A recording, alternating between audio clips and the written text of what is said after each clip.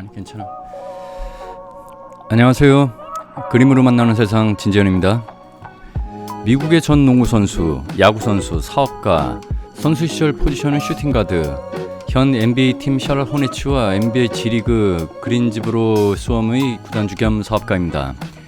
NBA를 비롯해서 그 누구도 이견이 없는 독보적인 농구 역사상 최고 선수이자 역사상 가장 위대한 운동선수 중에 한 명이죠.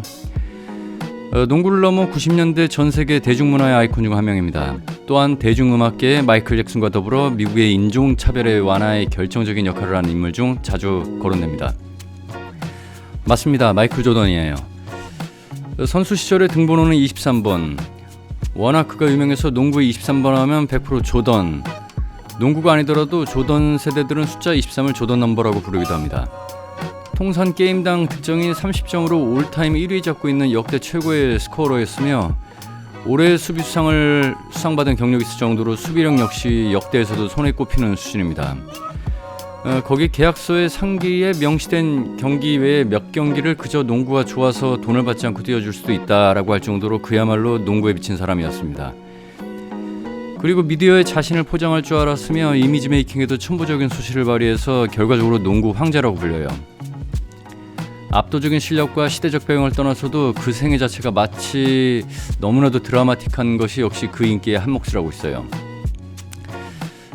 고등학교 시절 탈락 후 실력을 갈고 닦아 전미 최고 수준의 유망주가 됐고 1학년 때 당시 기준으로는 농구 역사상 가장 많은 유료 관중 앞에서 역전 위닝슛을 터뜨린 것까지는 뭐 그타 쳐도 부상당하고 복귀한 지 얼마 안 돼서 역대 최고팀을 상대로 터뜨린 63점 플레이오프 신기록, NBA 역사상 최고 시리즈 중 최종전에서 지고 있는 팀을 버저비터로 역전승한 더슛, 리그 최하위 팀에 대비해서 한 단계씩 성장하면서 리그 최강이었던 피스톤즈를 상대로 레벨업을 하듯이 매해 한 패씩 줄여나가다가 승리, 디펜딩 챔피언은 아니지만 80년대를 지배한 매직의 마지막 파이널과 맞물린 그의 첫 파이널, 대관식을 하듯 매직과 비슷한 방식으로 매직보다 더 뛰어난 활약을 하며 승리의 첫 우승, 같은 포지션의 라이벌이었던 클라이드 드렉슬러와 맞붙어 모든 면에서 심지어 약점이라고 여겼던 3점 슛에서도 그를 능가하면서 두 번째 우승, 동년배들 중 처음으로 MVP 투표에서 조던을 제낀 절친 찰스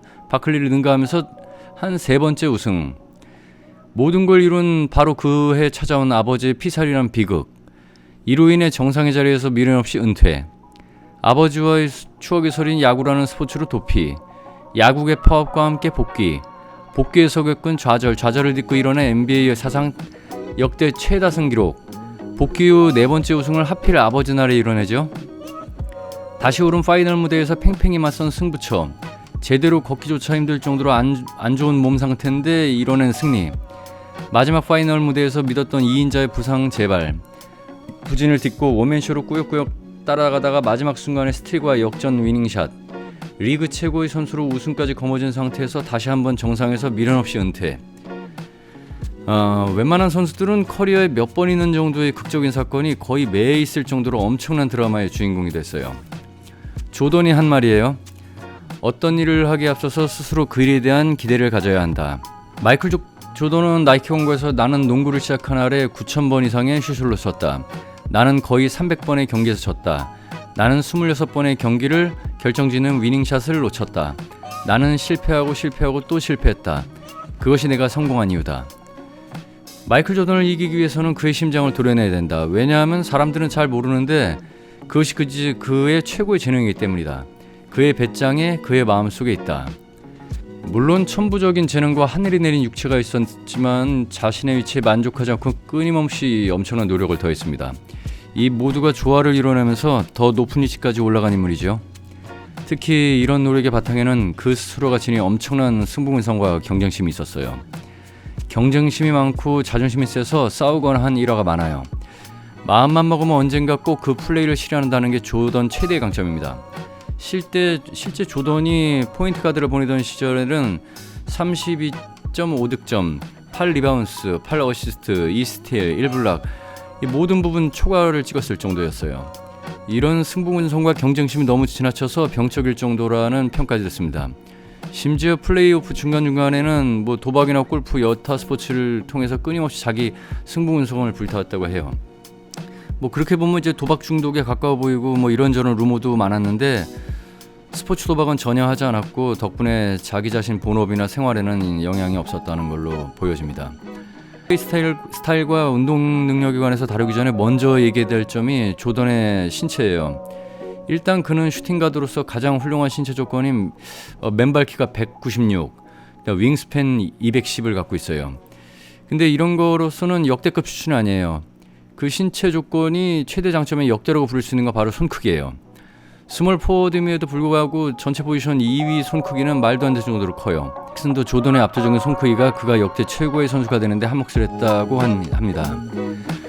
플레이 스타일은 시기에 따라서 세 가지 나눠지는데 우선 블랙캐슬과 불리던 초창기 시절에는 NBA 역사상 슈팅 가드 초일류로 분류되고 타고난 운동 능력을 위주로 한 페인트존, 닥톨과 그에 이은 득점 및 파울킥 능력, 풀업 점퍼를 기반으로 점수를 따내는 시기였습니다. 일단 점프력 같은 거에서는 노스캐롤라이나 시절이나 조던의 맥스 버티컬은 무려 116cm, 그러니까 이제 웬만한 사람 넘기는 높이까지 점프를 해요. 흔히 채공 시간이라고 불리는 이제 점프 후에 공중에 떠 있는 시간은 세계 최고 기록입니다. 프리드로 라인에서 덩크를 청바지에 티셔츠를 입고 해도 너무나도 손쉽게 하는 선수예요. 점프력 외에도 스피드, 그 중에서도 퀵네스라고 불리는 민첩성은 말 그대로 역대에 비할 수 없는 수준입니다. 베이스 라인에서도 퍼스트 스텝을 밟고 덩크에서 꽂아넣기까지 정말 눈 깜짝할 사이의 속도를 자랑해요.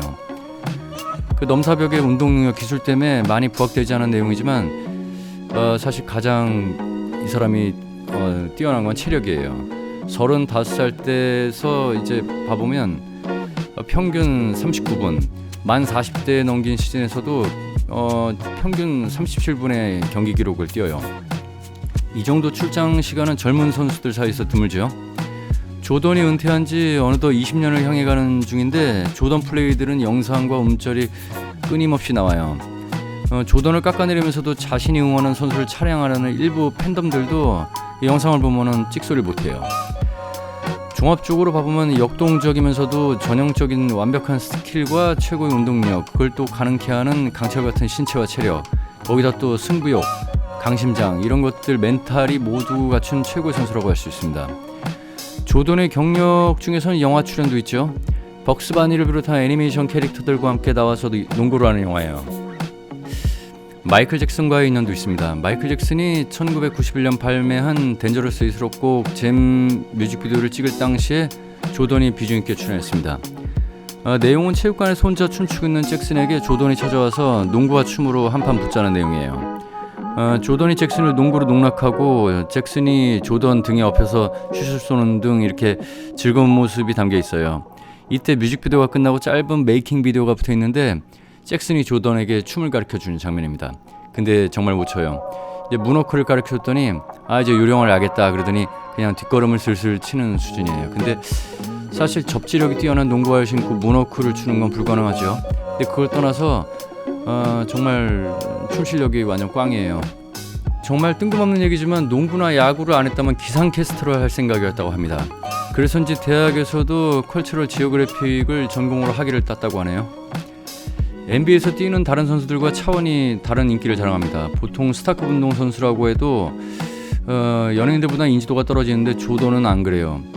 미국의 여론조사 기관인 해리스폴의 자료에 따르면 가장 좋아하는 운동선수에서 93년부터 지금까지 빼놓지 않고 1위예요.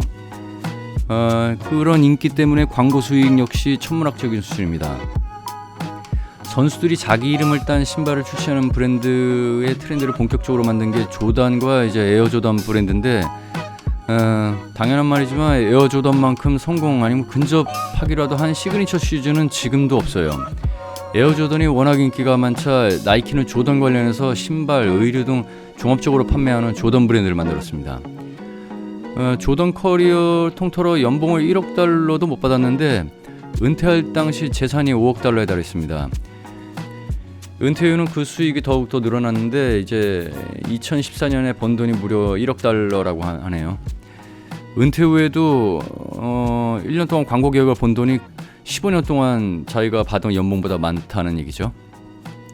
사회 문제에서도 영향력이 있었는데 조던과 이제 잭슨 이전에 제키 로빈슨과 무하마드 알리가 인종차별 완화에 큰 영향을 끼쳤는데 이 4명 모두가 각 분야에서 위대한 존재를 뽑히고 4명 모두가 스미소니언이 선정한 미국의 위대한 백인에 선정됐습니다.